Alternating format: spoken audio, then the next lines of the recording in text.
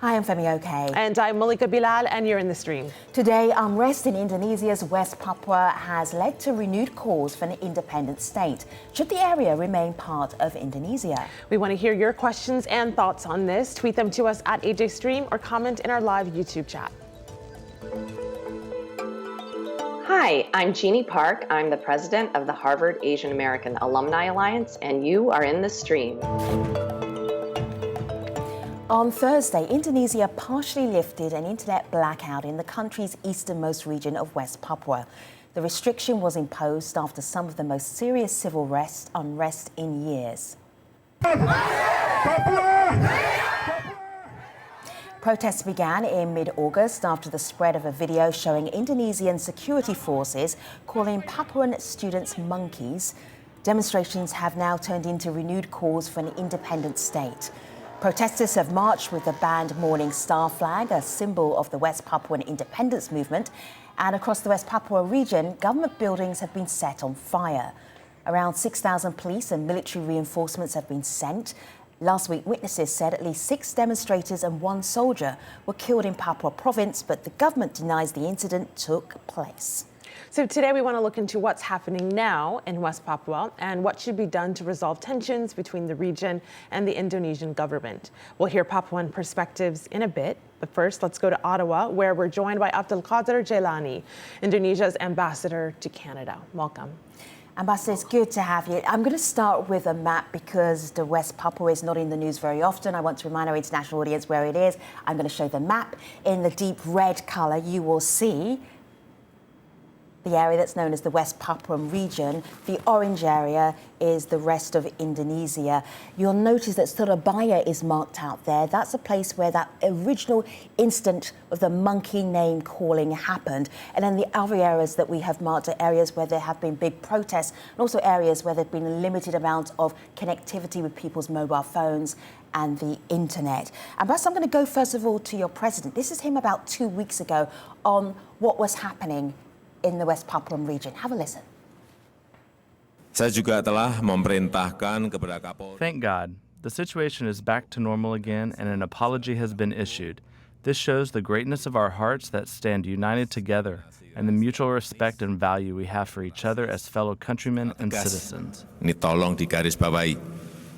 Saya juga akan mengundang. I already have ordered the police chief to take legal action against racial and ethnic discrimination in a strict manner, and please take note of this.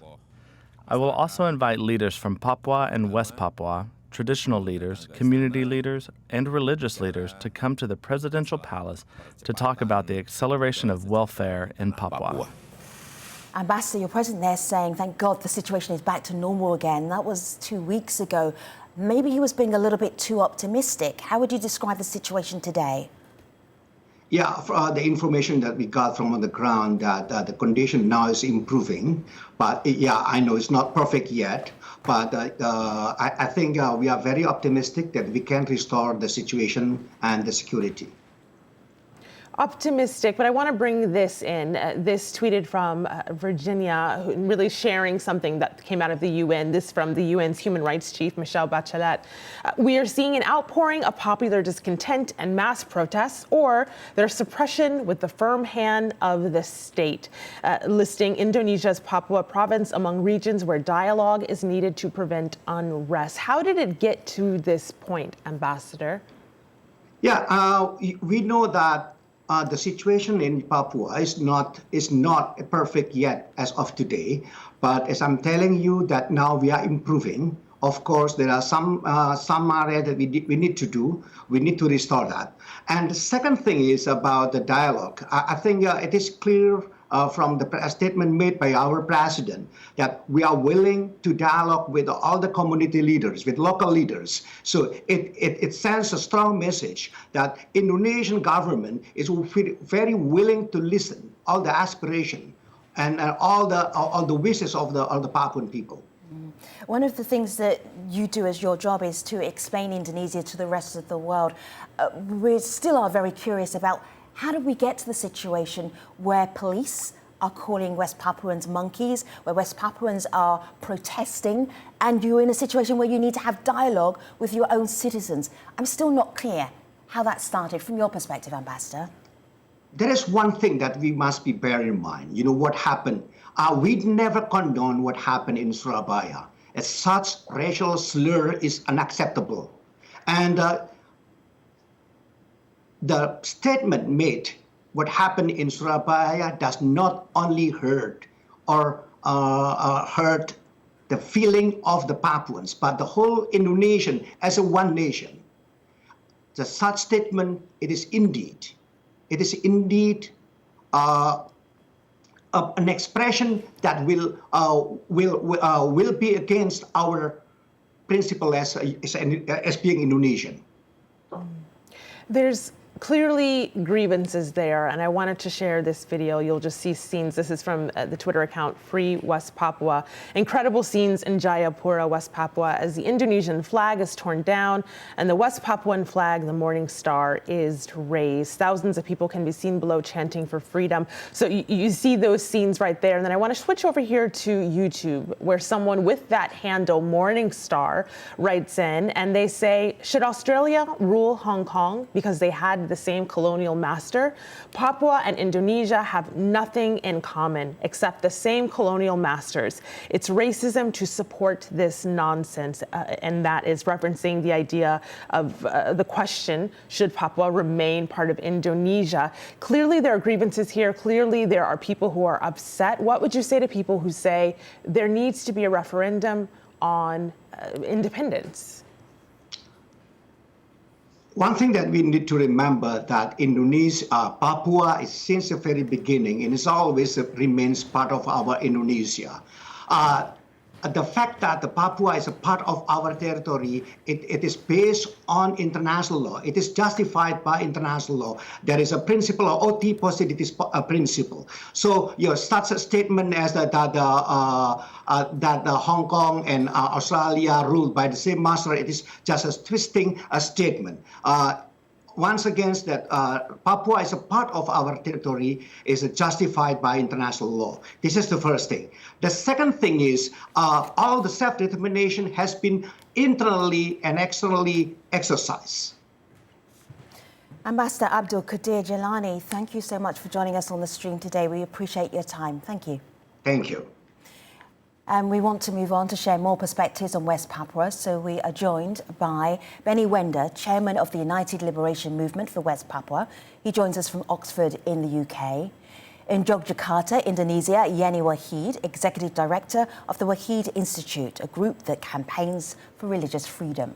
And in Melbourne, Australia, Victor Mambor, a journalist based in Jayapura, West Papua. Thank you very much for joining us. Malike.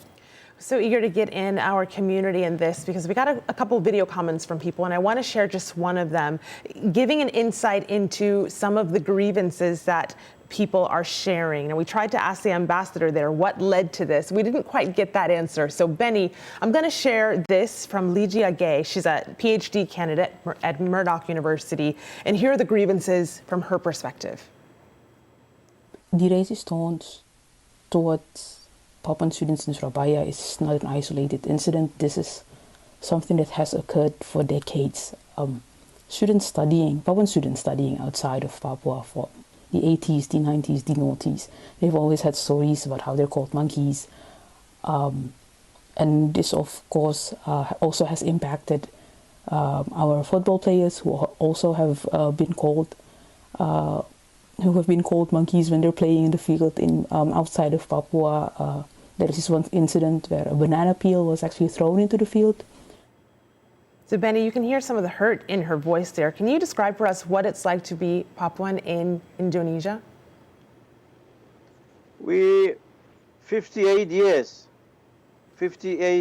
years, we've been under suppressed by Indonesia illegal occupation. That's Ambassador said that West Papua is part of the Indonesia, but not. West Papua never part of Indonesia. We've been separate. We are different geographically, culturally, linguistically. We have never been part of Indonesia. That's why they call us a monkey from the beginning. Since they illegally occupied our country, 1963, since then, a blasted beginning. 500,000 men, women has been killed up to now. So, Indonesia ambassador He claimed that West Papua part of Indonesia. Never. West Papua never part of Indonesia.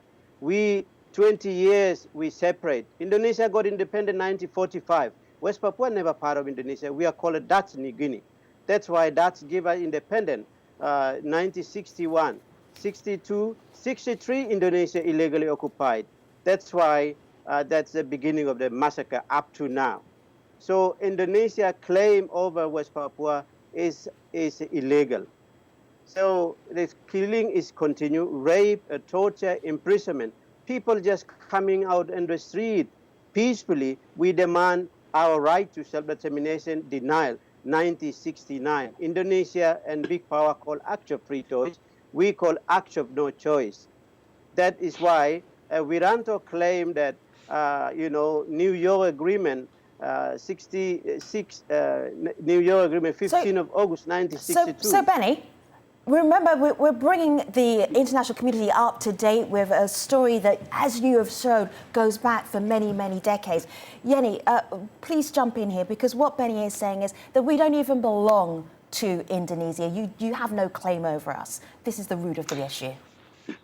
Yeah, I think if you want to look at the roots of the issue of Papua, I think it's simplifying the issue of just boxing it into an issue of human rights violations. There are many structural issues that happening in Papua, and that has led to dissatisfactions and grievances that many are feeling up to this day. I think the process, the integration process, is not yet. The process is not finished yet. And there are many things that the central government of Indonesia should have done better to integrate the Papuans more into the society. But I would say that... I don't understand. Yenny, I'm so sorry. You're teaching me a lot of things today as well. I don't understand what integration means in the context of Indonesia and the West Papuan region. Can you give us an example? Yes. What Benny mentioned before about the New York Agreement that happened in 1969, basically that granted Indonesia's, Papua belongs to Indonesia, it's part of Indonesia. And it's recognized by UN resolution. It's never part of Indonesia. You are wrong. It is recognized by, it's recognized by 93 countries. 1960 by UN resolution. The referendum was, only took the note, United Nations only took the note. Africa, Caribbean country rejected your claim. There are about 30 African countries. So here you are hearing, Yenny and Benny, this is a perfect example of why there is a dispute in Indonesia right now, because we're hearing the claim and the counterclaim here. I was just very curious if you could give me one example, and Yenny now quickly, about what you meant by integration. Yes. Since Papua became part of Indonesia, then there's a problem with building more of Papuan regions. There are problems that is happening there, but it's not just because of the way Jakarta mishandles the issue there, but it's also due to an issue of development, an issue of lack of transparency, issue of not very good governance there in Papua, which is actually done by the Papuan themselves. So it's a very complex issues. And Papua is actually has a special autonomy granted to them, which is not enjoyed by other provinces in Indonesia. Basically, the special autonomy grants Papuans greater privileges. For example, only Papuans can run for office in Papua, but also that they can also run for office in other provinces in Indonesia, even for the highest position in Indonesia. For example, if they want to run for president. How many people you've been killed? Amnesty International last year, they published almost half of the 1,000 been killed under the special autonomy. What are you talking about that?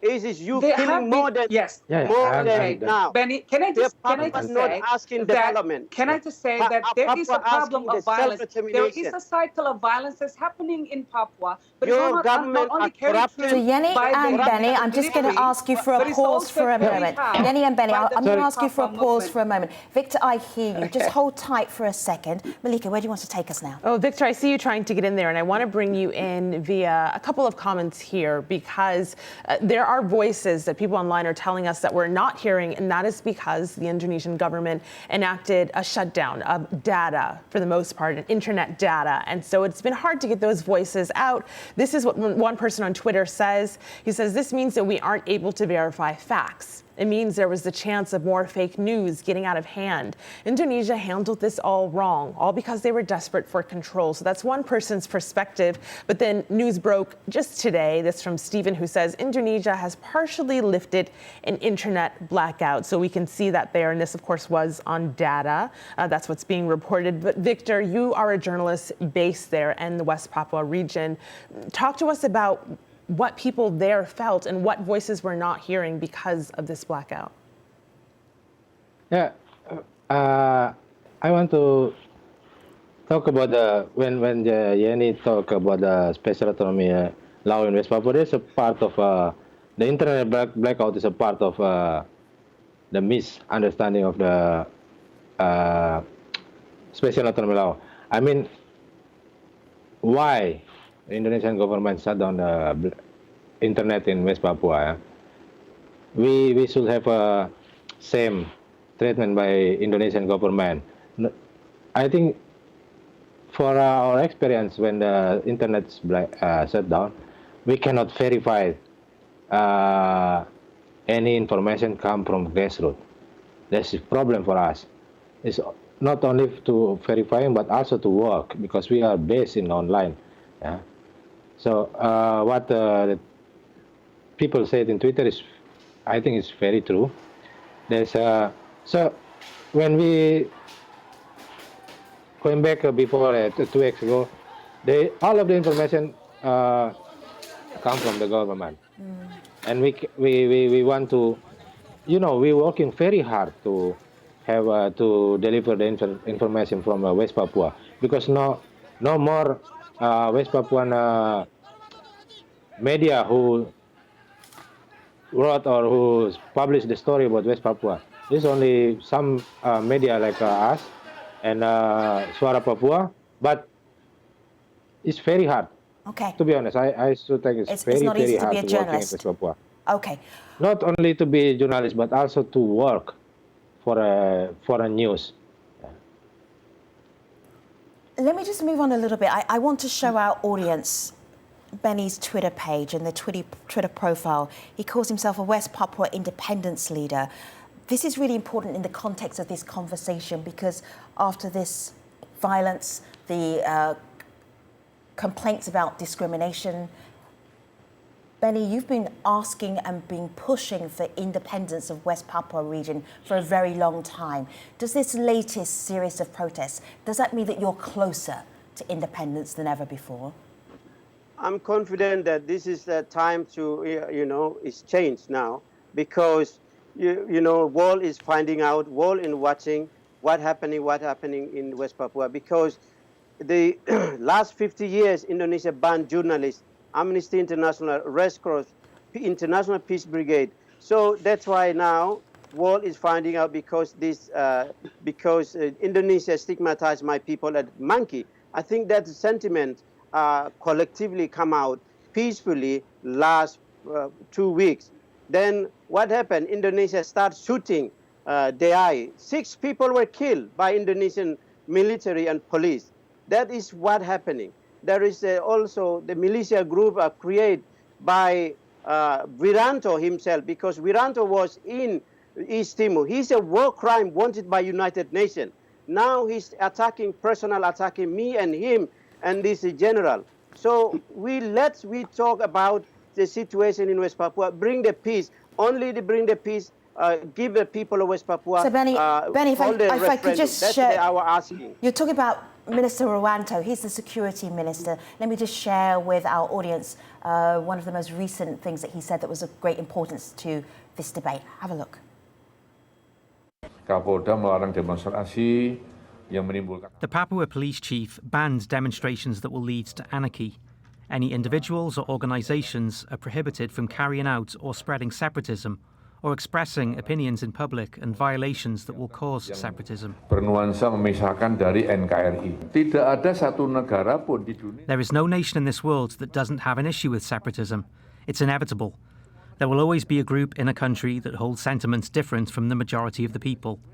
It also happens in Indonesia, and not just here in Papua. It could be anywhere else. That is exactly why we must fight and neutralize. Tidak hanya di Papua. Yanni, if the feeling in Indonesia for an appetite for a referendum, would you say there is one? You know, first of all, I can feel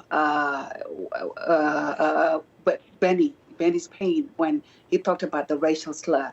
And I think this is a pain that's not only felt by the Papuans, but the whole Indonesians. I mean, there's so many supports and sympathy expressed towards the Papuans, you know. No, I'm sorry. But It's a sympathy Sorry, relief, yeah? sorry? Allow Okay, Yanni to finish so- her sentence. Just allow her to finish her thought, and then you can interject. But Yanni, finish your thought. Okay. So, but diverse ethnic groups doesn't mean that they cannot live in harmony. It's just what we need is a political process. So, I mean, take United States, for example. I mean, we've got diverse groups of people from different ethnicities and backgrounds that can coexist peacefully. And I think this is the approach that we need to push for.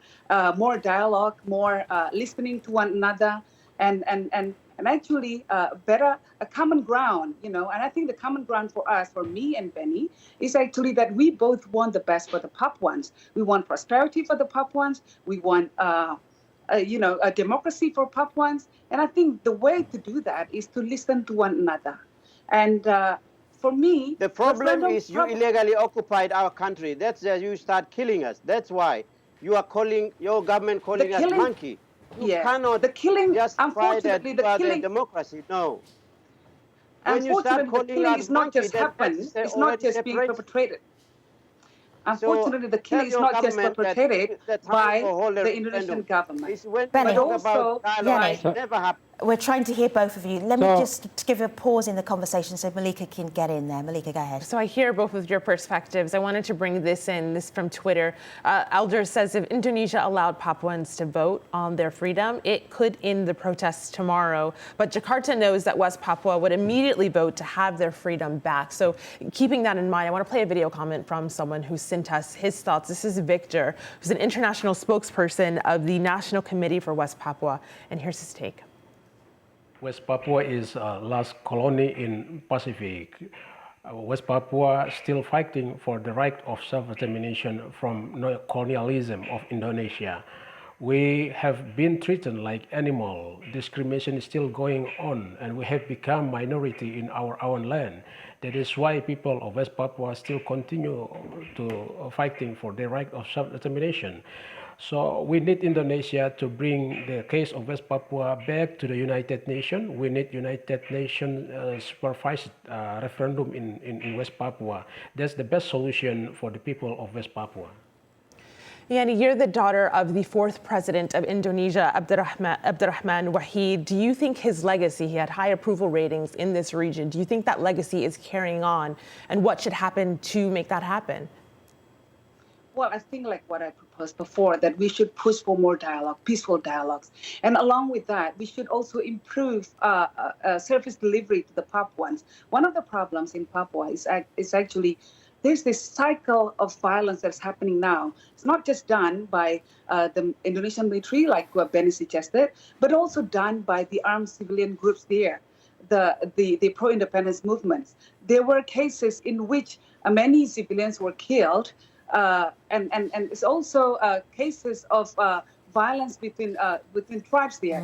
We must know also, we must understand also, we try to understand the Papua conflict. We also need to understand that Papua is very diverse. So Yanni, there you've are given about us... 257 tribal groups there, and they have their own So Yanni, languages and customs, and Yanni, they actually cannot speak Yanni one has another. selective hearing all of a sudden. Yanni, Benny, Victor, you've given us insight into a very complicated situation in Western Papua province. We really appreciate you helping us to understand this story a lot better.